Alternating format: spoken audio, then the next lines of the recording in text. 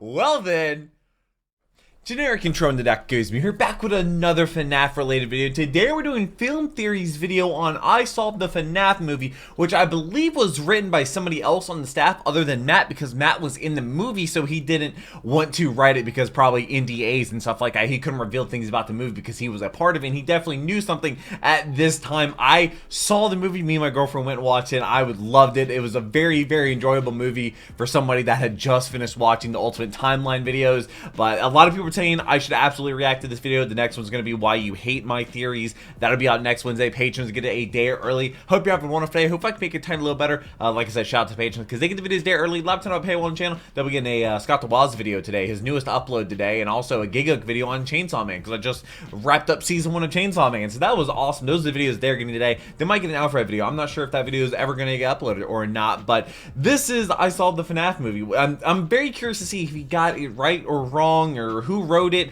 and what this is going to entail. But I do read our comments, at least some down below. I hope you're subscribed to some of these future videos. But let's go ahead and jump to I Solved the FNAF movie. I should be playing Undertale for the very first time on Saturday on Twitch at 5 p.m. I'll also be streaming today playing Pokemon at 5. But Undertale for the very first time is going to be something. It's been so many years. This isn't my first film theory video. Me and Kirby reacted to Amazing Digital Circus. Finally, it's my turn. Wow. Also, I heard it broke a record or something. Hello, Internet. Welcome to Film Theory, the show that always knew that this day was coming. It's been over 8 years. How many views finally, does this the video Five get? Nights at Freddy's live-action Only feature 5 million. film is set to hit the silver screen in a little over a month. And you know what that means. It means I forget. that Oh, we saw it on nowhere is safe Halloween. anymore from FNAF theories. Don't believe me? There's a FNAF cookbook releasing in October. That's FNAF amazing. cookbook. It's coming for you next, Food Theory. No, we need is a FNAF fashion line that's infected all of us.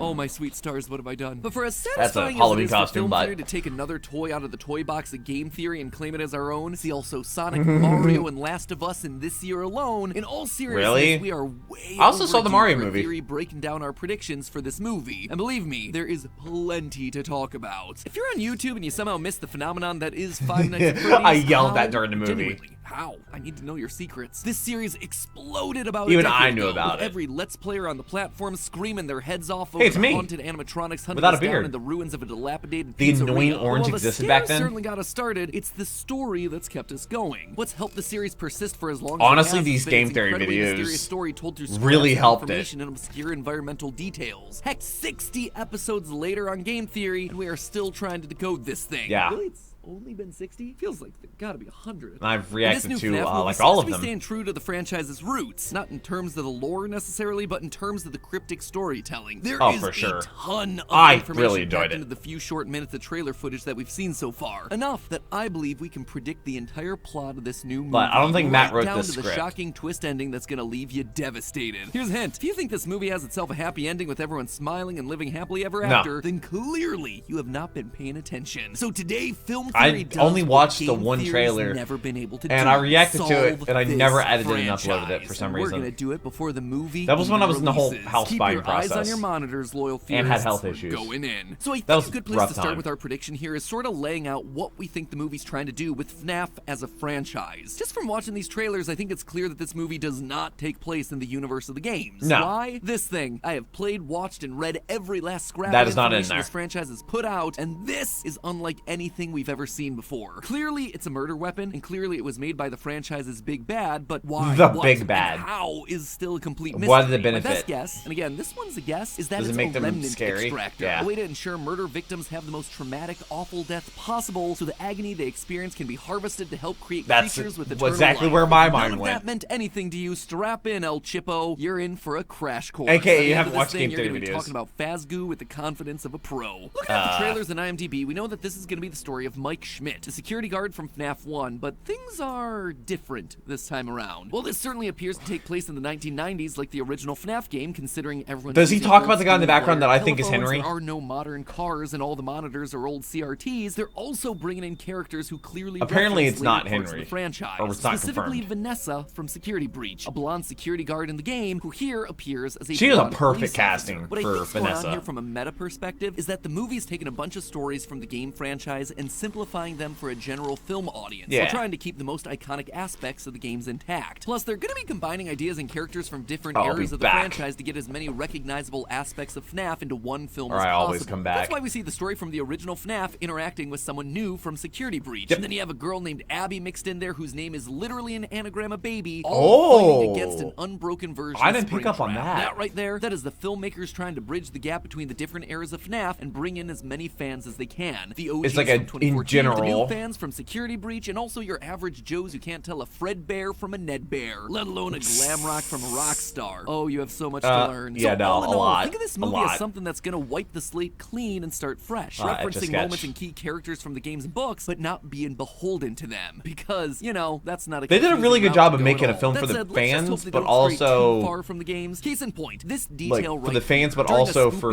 non-fans. Moment in the trailer, New Nebraska people. is spelled out very clearly on a poster in very large, very bold letters right next to the main character's head. This was an intentional decision, definitely put into the trailers to keep us talking. This means something. Now, the general consensus is that the FNAF that's where Nebraska is. Would not have picked. Multiple spin-off books. I did not think that was Nebraska. Clear. Could it be then that they've moved the setting to Nebraska? That's where I think Nebraska is. Maybe, but I don't think so. It'd be weird to just have a state poster of the state that you're currently in right above your security desk. My guess is that this poster was put here intentionally by Mike. It's important to him for some reason. He did. That's actually completely true. Goals, an aspirational place to go to help him get out of his current situation. Because on the face of it, things don't seem to be going all that great for him. It looks to me like Mike and his family have fallen on some hard times. First off, we don't see his parents in these trailers at all. Though Mike's father has been cast, I'm gonna guess that he's only here for a flashback scene, considering he doesn't look too much older than Mike's actor Josh Hutcherson. Additionally, we see that Mike and his little sister Abby are living in a small house with an average car, and Mike is looking for any job that he can get. I was just calling to see if that job that you offered was still available. I will take anything. We later see Mike bring in Abby along with him while he's working. Bad idea. This is probably their only option. They can't afford a babysitter, and if there were parents at home to take care of Abby, I bet his car isn't that much to his night shift different than So mine. Nebraska might be a symbolic place of freedom for Mike, a place to escape and finally be free. More or less, though, I believe that the setup for the backstory of the FNAF movie is going to align with that of the first game. Freddy Fazbear's Pizzeria was a popular arcade and food chain represented by its show the dude that was in the mechanic dude. Bonnie,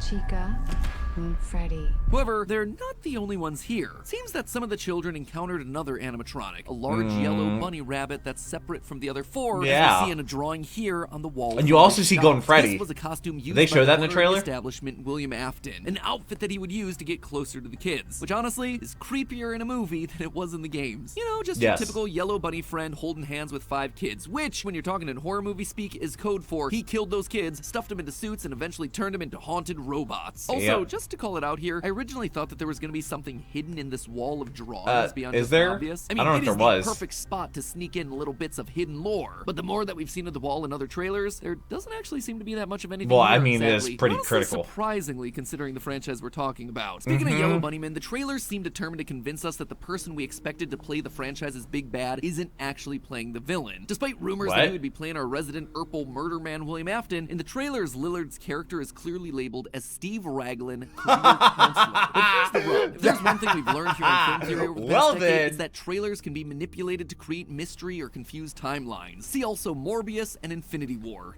I haven't seen Morbius. Examples. And here, I think we're being presented with the exact same sort of misdirect. In fact, I'm almost 100% confident that I can prove it beyond a reasonable doubt. First, Matthew Lillard confirmed that he signed a 3-picture deal to star in more than one FNAF movie. And unless Steve Raglan's a new character that Blumhouse is just really hype about, I expect that he's going to be the bad. Afton. Wow, However, he called it. Convincingly, I didn't watch this video, so that was a where a young boy crazy. is seen getting kidnapped in the middle of the woods. That's a Based on crazy the call website, out. The synopsis reads that Mike is still, quote, haunted by the unsolved disappearance of his younger brother more than a decade before. And we know, based on casting, that the brother's name is Garrett. Now, the actor playing this kid Garrett is named Lucas Grant. Hopping over to Instagram, Grant commented on a post by Matthew Lillard saying that it was great to work with him and that he's much nicer than his character. Now tell me, why would a young actor playing a why did he say that? Any reason why is he allowed to say that? Career counselor? He wouldn't. The only way they interact is that Matthew Lillard, Steve Raglan, William Afton, call him whatever you want, was kidnapping that kid. In other words, in this movie, a big final reveal will be that Matthew Lillard kidnapped Mike's brother. This would actually parallel some key moments from the original novel, where William Afton acts under a pseudonym, Dave Miller, and has the perfectly normal mundane job of security guard for an old abandoned mall, a job that allows him to supervise the comings and goings around Freddy's. That way, when kids start poking around, he's able to hop into the suit, get it, hop, because he's a rabbit, hop into the suit and try to scare him away, just like we see him doing here. And lastly, in the novels, he also kidnaps a kid prior to becoming a crazed serial killer. Honestly, a lot of details that here line does up. kind of add up. Jumping from video to video to keep tabs on Freddy and the gang with more plot predictions, let's take a moment to thank a service that I bet Mike wishes he had. And he uses music that gets copyright claims. To be honest with you guys, when Google reached out to us wanting to partner to talk about their video calling app Google Meets, I was shout out to Google Meet. It's basically a competitor for Zoom. I'm not a big fan of Zoom personally.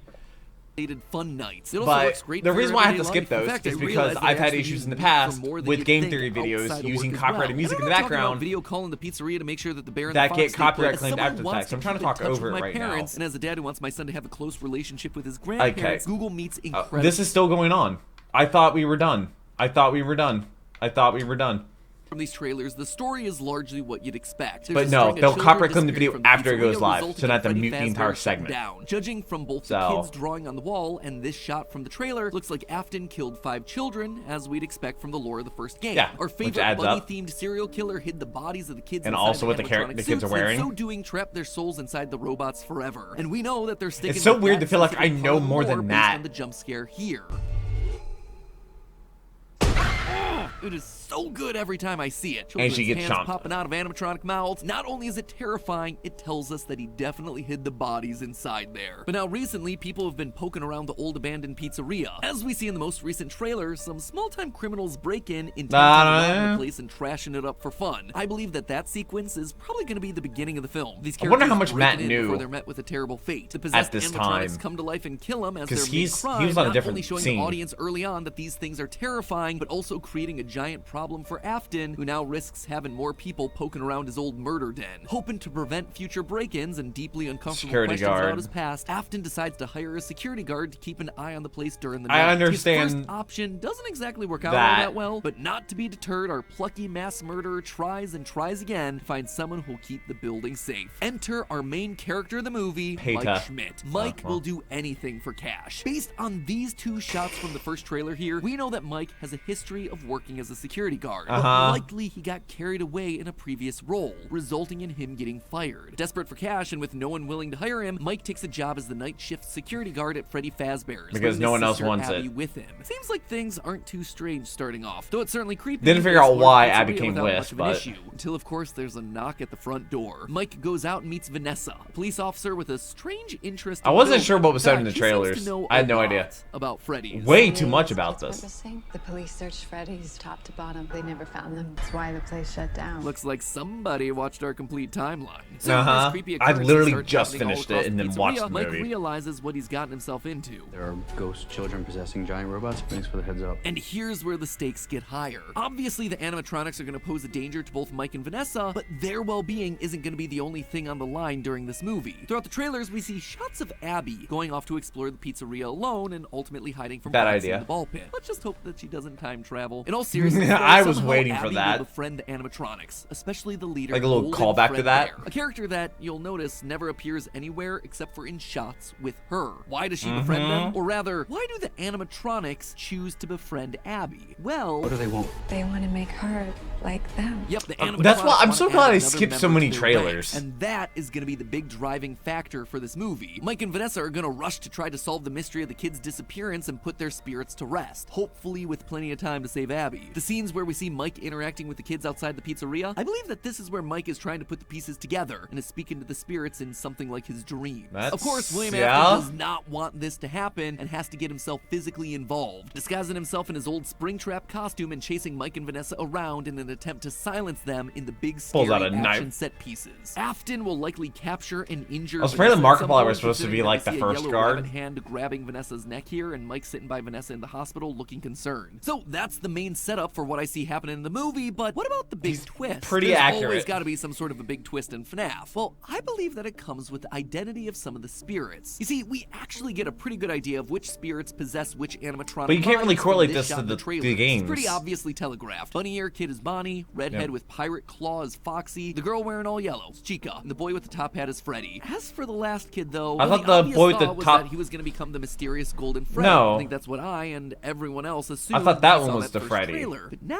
But the not one with so the top sure. hat is The fact Golden that this Freddy. fifth child in the shot doesn't have a characteristic explicitly linked He's wearing to brown, an though. animatronic has to be intentional. And I believe that it was the filmmakers keeping things ambiguous so we wouldn't guess their twist. I suspect that the fifth kid here isn't Golden Freddy. Instead, I think it might be the Cupcake. Yeah, I know, I get it. There's no way. Sounds ridiculous, but hear me out on this one. In the latest trailer, we I don't clearly think see so. Cupcake moving around independently and attacking someone without Chica's help. My initial gut thought to this: Does that work well, like that's that? kinda stupid, to be honest. Like, does Chica's soul transfer down into the Cupcake alone for remote attacks, leaving Chica's I mean, souls they're all for a while metal. now? Or can a spirit divide itself and act on different parts of the character at different times? You know what? I'm not sure. I don't know. don't have a good answer for it, but I do think that this would open up an incredibly dark and compelling twist on Golden Freddy. Remember, these 5 kids who disappeared at Freddy Fazbear's in the shot aren't the only kids that have gone missing in the story. He talks to the We kid in the still have striped ourselves shirt. Mike's I like the missing leader. brother Garrett, who we talked about earlier as the kid in the back of the car, likely Stolen. being carted away by old Billy Afton up in front. I mean, in this franchise, it would be shocking if someone kidnapping a child wasn't William Afton. Yeah. Anyway, why do I think that this is actually the moment that we see Mike's brother get kidnapped? Well, again, we turn to actor Lucas Grant and Instagram, where we see this post of him How hanging old is out with he? another child actor named Wyatt Parker. Parker even calls Grant his best bro, an interesting choice of words considering that Parker was cast in the film as young Mike. 2 twin brothers, one who gets kidnapped. Okay, Almost a they're one-for-one just replica saying of too what much we see happening in the stuff. Silver Eyes novel. So let me ask you, what if Mike's brother is Golden Freddy, separate from the tragedy at the pizzeria? That would be We can assume something, that but Mike's then that brother wouldn't was make kidnapped sense in one of the earlier because parts of the how they timeline, Golden a time Freddy when and- Golden Freddy would still be in use. And in the games, we've long theorized that Mike Schmidt is in fact Mike Afton, son of William Afton. This would also mean that his little brother was the crying child who was killed and became one of the spirits that possessed Golden Freddy. Given the fact that Mike's father's been cast and is distinctly not being played by Matthew Lillard, I don't think that's the exact direction that they're taking for the movie, but taking the core of that story, keeping Mike's brother as Golden Freddy, well, that would I don't fit know with about both that. the timeline I don't think and that serve that as was a the case because devastating Golden twist Freddy to was casual leading audience. Abby It would back. also explain why Abby is spending so much time with Golden Freddy in the trailers. It's her spending time with a brother that she never got to know, whether she realizes it or not. Nope. It would also explain why Golden Freddy retains blue eyes when all the other animatronics have red ones. The circumstances of his possession are just a little bit different, and he's interacting with a family member. So Afton attacks Mike and Maybe? Vanessa for getting too close to his I don't secrets, think and despite that's it. fighting back, they ultimately lose. As they're about to die, Abby is able to win over the animatronics and use them to fight back against Afton, saving Kind them of, all. yeah, You'll but they're notice drawing. one of the oddities of the trailer is the design of Springtrap. It is different from what we see in the games. It's cleaner and it's more put together. It has not gone through all the rotten decay that we'd expect from this character. I believe that's exactly how it ends. Mike, Abby, Vanessa, and the animatronics Lock him defeat away. Afton by trapping him in the Well, walls. Tying a he bow gets on the end spring of locked. this movie, while still leaving him in a position to turn into the decayed, rotten corpse that we all know and love for the eventual sequel. However, Which all they things are can't definitely end going to happily here. I believe there's a good make chance sequels. that the animatronics are going to wind up getting what they want out of Abby in the end. They Her did name really is well. An anagram of baby, after all. An animatronic that Aw, first appeared in dude, you FNAF saw that first one that location. was The team open celebrates the with defeat the, of like the Afton, only scooper, for Abby and to also accidentally her liking stumble ice into a cream clown outfit, or in the maybe first get put there scene by or a whatever. vengeful Golden Freddy, giving us First our scene with villain Mike. and the problem to solve in the eventual second movie, saving the girl from her eternal ceaseless torment. No. Or maybe that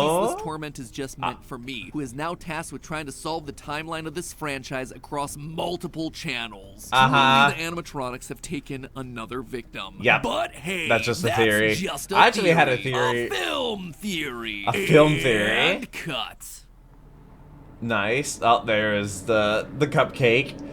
I did oh god. Oh yeah, he did do a Murder Drones video. This is actually the second film theory I did. The first one was one I did with my best friend Kirby Hume showing Dragon Ball Z Abridged 2. This Saturday should be a plan to eradicate Christmas, and then next Saturday should be episode 60 part 1. That's gonna be crazy. But we did a video on the Amazing Digital Circus on a film theory video, and we reacted to that a couple weeks ago. Yeah, I saw the movie. I loved it. Kirby loved it as well. My girlfriend loved it. Brandon loved it. Everyone that I saw that knows about Five Nights at Freddy's really enjoyed it. Jackie's little brother, who also knows a little bit about Five Nights at Freddy's, also loved it, which was awesome. But yeah, it was good. I enjoyed it. It was good for the fans. It was probably good for people that knew nothing. My girlfriend knew nothing about Five Nights at Freddy's going into it, and she knows even less about video games than I do. She knows a lot more about movies. She's seen a lot of movies. I have not seen many movies, played many video games, or whatnot, but this was him trying to solve the FNAF movie. The next video will be why you hate my theories, and then in 2 weeks we'll do my secrets out. I'm in the FNAF movie, which is awesome. I took a picture of that when I was in the movie, and that was awesome. It was a great movie. Some people actually did enjoy it. I really enjoyed it, but that's just who I am. I try to find the good in things. But I hope you have a wonderful rest of the day. I hope to see you in my Twitch streams, and I hope to see you in future videos. But until then, take care, and cue the music.